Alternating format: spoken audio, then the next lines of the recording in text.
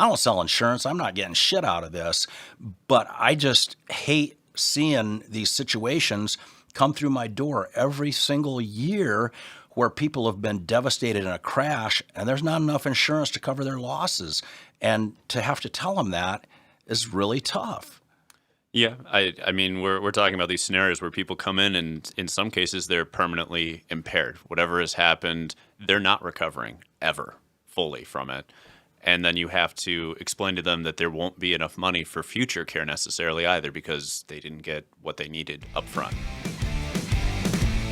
Pete, how much is full coverage when people talk about full coverage in terms of their vehicle and what they need? When people say they have full coverage, a lot of times I don't think they understand or fully appreciate what it is they're saying or what it takes to have full coverage. But full coverage basically means that if you have an insurance policy, there's going to be some kind of coverage under each category of your automobile or motorcycle insurance. So, for example, it means you're going to have something for liability.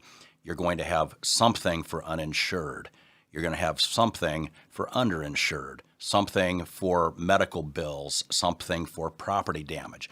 But just because you have a line under every category, that doesn't mean you have enough coverage. It just means you got something for every type of loss that you could suffer in a vehicle. So let's talk about what enough would be then, because if full coverage doesn't just give you automatically enough to cover everything, which it seems like it doesn't. What do you recommend, line item by line item? Let's start with liability. What do you think you need as a minimum for liability? Well, and we can do it line by line, and I'll approach it that way, but what you need for liability really depends on what you have to protect. In other words, if you've got some significant assets that you could not protect in bankruptcy, then you better have a bigger liability policy. But really, more to the point, in my opinion, I think people get the wrong focus when they try to figure out how much is enough because they dwell on the liability. And I mean, you need to do that. But when I'm buying insurance, I'm going to dwell on, yeah, but what if it's not my fault? What if it's that guy's fault?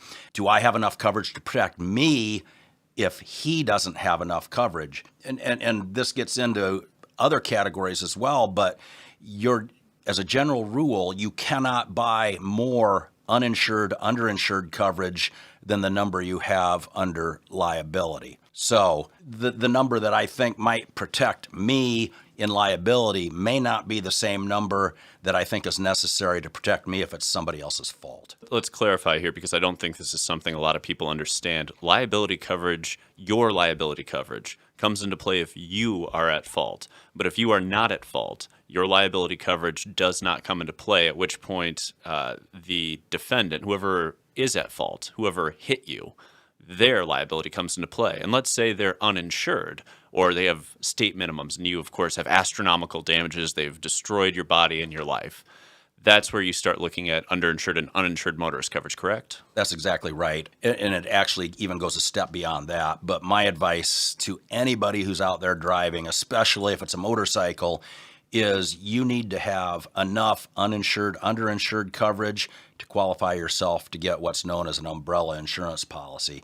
The uninsured, underinsured is what's going to kick in if that guy that hit me only had $20,000 of insurance, but my damages are way beyond that, then we're going to be looking at my underinsured motorist coverage. Or if he's the 1 in 10 that has no insurance at all, we're going to be looking at my uninsured motorist coverage. I say 1 in 10. What exactly are you referring to there? I'm referring to actual statistical information that 1 in 10 cars you see go down the road doesn't have any insurance at all. And this is in the state of Iowa? Yeah, I'm guessing it applies beyond just Iowa, but yeah, on average, every 10 cars, one of them does not have any insurance at all.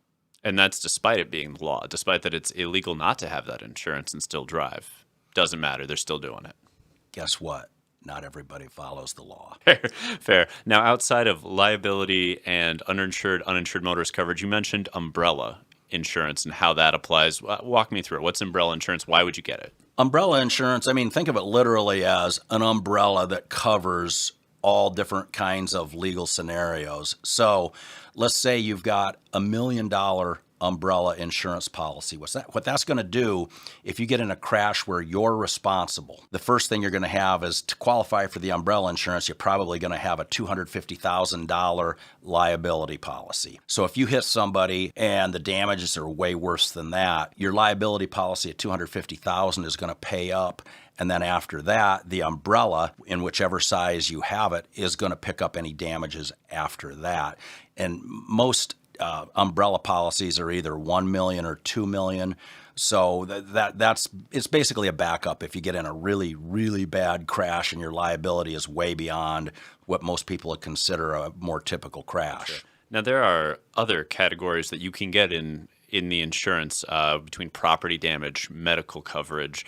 What are each of those? What do you recommend for those, and why? So for property damage, you have to be thinking, because property damage pays for the other person's vehicle, as well as a few other items, but just think vehicle, in a crash if you're at fault. So how many $25,000 cars are there out there driving down the road? Right. There are a lot of them that are worth a lot more than that. So property damage insurance, you need to have at least $25,000 of coverage, and more would be better. Medical payments, that gets a little trickier because you also have to consider what you have going on with health insurance. Sure. So if you've got a really good health insurance policy, the medical payments aren't as important to you, but they might be important to your passengers. So you need to be thinking about, what if somebody gets hurt in my vehicle? What's the right amount of coverage? And again, I'm going to say at least $25,000. If people have health insurance, then $25,000 should be a great plenty. But if somebody doesn't have health insurance and they get hurt in your vehicle, $25,000 might not be nearly enough. Sure. Are there other types of coverage that are worth picking up beyond that? Now, I mean, we've touched on liability, uninsured, underinsured, property damage, medical and umbrella. Medical and umbrella. The other thing I wanted to say about umbrella, though, very few people have this umbrella insurance. But let me tell you something, it is super, super cheap. And again, especially if you're on a motorcycle, in my opinion, it is so important to have that along with the high coverage, uninsured, underinsured.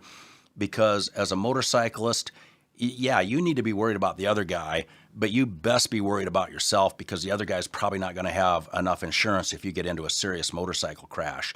So unless you've got this high limits, uninsured, underinsured, covered with that $1 million umbrella, the chances of getting in a crash where the other guy's insurance just isn't enough, it's an unacceptable chance. And matter of fact, I remember one time I was given a presentation about insurance to an auditorium. There were probably 300 people in the crowd.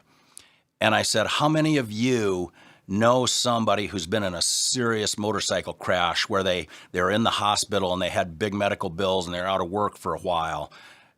And I'm going to say pretty close to half the hands in that auditorium went up in the air. So this happens. It happens all the time. Matter of fact, I mean, we're coming up on riding season now, and I guarantee you there are going to be multiple cases come walking through the door of my office that this scenario plays out, where the other driver doesn't have enough insurance, and my clients, unfortunately, didn't get the right insurance to cover themselves. And when we say umbrellas are pretty cheap, are underinsured, uninsured motorist coverage, is that expensive? No, that's also super cheap. I mean, it really is. And I mean, if you're pricing insurance, sure, it costs more to have uninsured, underinsured than to not have it. But damn it, it's worth it. I mean, it's just, if you put it in context, how much is this costing me a month to have uninsured, underinsured? I mean, we're just talking about, seriously, a few bucks a month, and you can have that peace of mind. And I don't sell insurance. I'm not getting shit out of this, but I just hate seeing these situations come through my door every single year where people have been devastated in a crash and there's not enough insurance to cover their losses. And to have to tell them that is really tough. Yeah, I mean, we're talking about these scenarios where people come in and in some cases they're permanently impaired. Whatever has happened, they're not recovering ever fully from it. And then you have to explain to them that there won't be enough money for future care necessarily either, because they didn't get what they needed up front. Yeah, the chances of the guy that hits you having enough insurance to cover your losses in a serious crash are not good. I mean, this is something where you have to handle this risk yourself by buying enough insurance and put yourself first. I mean, this is an area where you need to spend a few bucks to give yourself protection and your family. I mean, if you're in one of these crashes and the right insurance isn't there to back you up, your family, I promise you, is going to suffer. And again, not insurance salesman, not what we're trying to do at all here. This is literally just protect yourself to make sure that you don't end up in a rough scenario, from what I understand. That's absolutely right. All right. That's all from us today on insurance. Until next time, speak truth to power. Brought to you by the Biker Lawyers. Injured? Ride with us.